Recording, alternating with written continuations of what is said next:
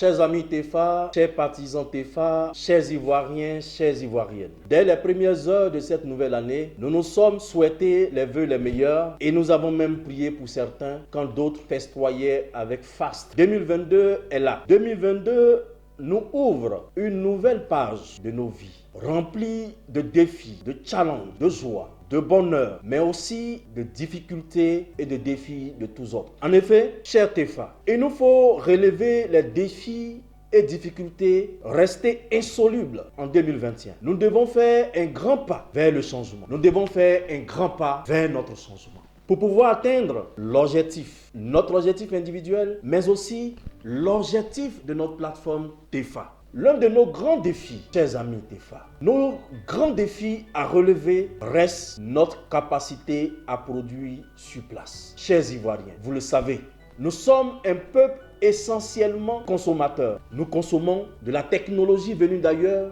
Nous achetons des télés, nous achetons des fours, nous achetons des ordinateurs, nous achetons des imprimantes, nous achetons des téléphones. Et mieux, nous faisons même la course dans l'achat de ces téléphones. Quitte, je veux un iPhone 12, je veux un iPhone X, un iPhone 13, quitte, je veux un Samsung. Nous sommes un peuple de consommateurs. Nous consommons, hélas, des produits agricoles venus d'ailleurs. Nous consommons de la volaille, de la viande, du riz venu d'ailleurs. Nous qui sommes un peuple agricole. En effet, 90% de tout ce que nous trouvons dans nos supermarchés sont importés. Et vous le savez. En retour, que vendons-nous? En retour, que exportons-nous? En retour, nous vendons et exportons du cacao, du café, du latex d'EVA, de la cola, de la banane, la mangue à l'état brut, du pétrole brut. Bref, nous exportons que des matières premières. Or, contrairement aux produits manufacturés que nous importons, tous nos produits que nous exportons sont frappés par la spéculation. C'est-à-dire, le prix monte, le prix descend. Du jour au lendemain, le prix du cacao a quitté 1100 francs pour se loger à 700 francs. Et dans certains endroits de la Côte d'Ivoire, jusqu'à 500 francs. Du jour au lendemain, l'anacade, dont le prix était autour de 700 francs, est descendu jusqu'à 100 francs par endroit. Et la mondialisation, chers Ivoiriens, n'est pas là aussi pour nous aider. S'il y a spéculation sur les matières premières, il n'y en a pas sur les produits manufacturés. Au contraire, ces produits-là que nous importons, que nous aimons d'ailleurs, voient leur prix chaque jour prendre l'ascenseur. On parle de cherté de la vie. Voici donc la raison du combat de votre plateforme TEFA. Nous devons produire sur place. Et en 2021, notre plateforme TEFA, nous avons posé beaucoup d'actions dans ce sens. Notre plateforme TEFA, au cours du TEFA Tour, nous avons visité des champs de cacao pour nous enquérir des problèmes réels de nos planteurs. Nous avons également installé des bases TEFA un peu partout. Nous avons rencontré des industriels ivoiriens. Et le 4 novembre 2021, comme vous le savez, nous avons célébré le père de la Côte d'Ivoire moderne, le président Félix Houphouët-Boigny, au niveau de sa prophétie pour la transformation de nos matières premières. Date importante et événement important. C'est ici aussi le lieu de dire merci. Dire merci à tous ceux qui ont contribué au succès de cet événement-là. Très important pour nous, la plateforme TEFA. Je dis merci à mes collaborateurs qui ont contribué efficacement et efficacement à réussir ce challenge d'organiser cette grande cérémonie pour célébrer le président Félix Houphouët-Boigny. Je dis merci également au maire du plateau qui également a associé son image à cet événement. Je dis merci au député de Nzouenoula qui également est venu nous soutenir. Je dis merci aux différents chefs qui ont embelli cette cérémonie de leur présence et de leur image. La prophétie d'Houphouët-Boigny que nous avons célébrée, chers Ivoiriens, nous parlait de la disponibilité d'hommes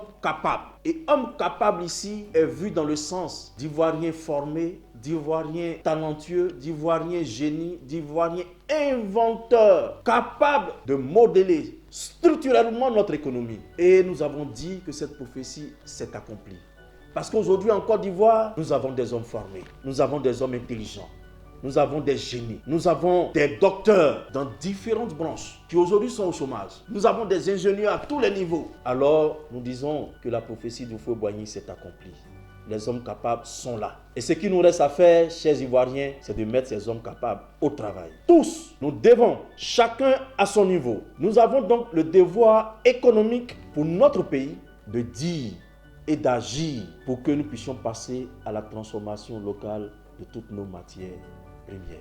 Chers Ivoiriens, chers amis TEFA, laissez-moi faire cette précision capitale. Quand nous parlons de transformer, nous faisons allusion à une transformation jusqu'au fini de nos matières premières.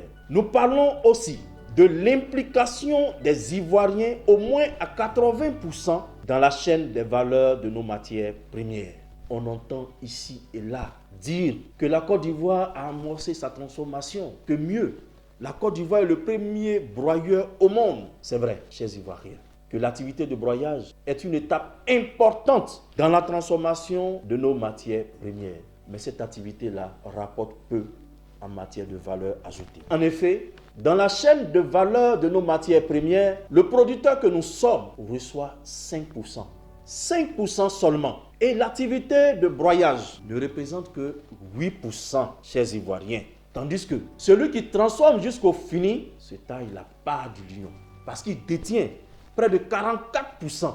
Quand l'activité de distribution, les distributeurs, les commerciaux et autres ne se partagent que 43%. Alors, quand la Côte d'Ivoire broie, c'est seulement 8% de la chaîne de valeur que nous recevons. En plus, si les producteurs de nos matières premières sont des Ivoiriens, mais ceux qui détiennent aujourd'hui l'activité de broyage ne sont pas des Ivoiriens. C'est des multinationales étrangères qui déjà transforment jusqu'au fini, c'est-à-dire qui gardent déjà 44%, qui sont venus chez nous s'installer pour faire l'activité de broyage. Alors à qui profitent ces 8%? Chers Ivoiriens, notre combat reste en état. Notre combat reste en entier. Nous n'avons pas véritablement bougé. Alors 2022 doit être pour nous une année de concrétisation de notre combat. Ami TEFA, sans le soutien de tous, sans le soutien de toi qui es dans ton village, qui te plaint chaque jour, sans le soutien de toi qui es dans le quartier, qui te plaint parce que tu n'as pas de boulot, sans le soutien de toi qui transforme, qui essaie de transformer avec toutes les difficultés, sans le soutien de toi le chômeur, étudiant, diplômé, toi le docteur, sans emploi, sans le soutien de tous, notre combat restera lettre morte. Notre combat ne pourra jamais réussir. Nous devons ici et maintenant, en cette nouvelle année 2022, dire la même chose, réclamer la même chose, qui est celui d'aller à la transformation locale de toutes nos matières première sur place. Nous demandons une rencontre avec le président de la République. Nous demandons une rencontre avec le président de tous les Ivoiriens pour lui soumettre notre projet d'industrialisation pour la Côte d'Ivoire.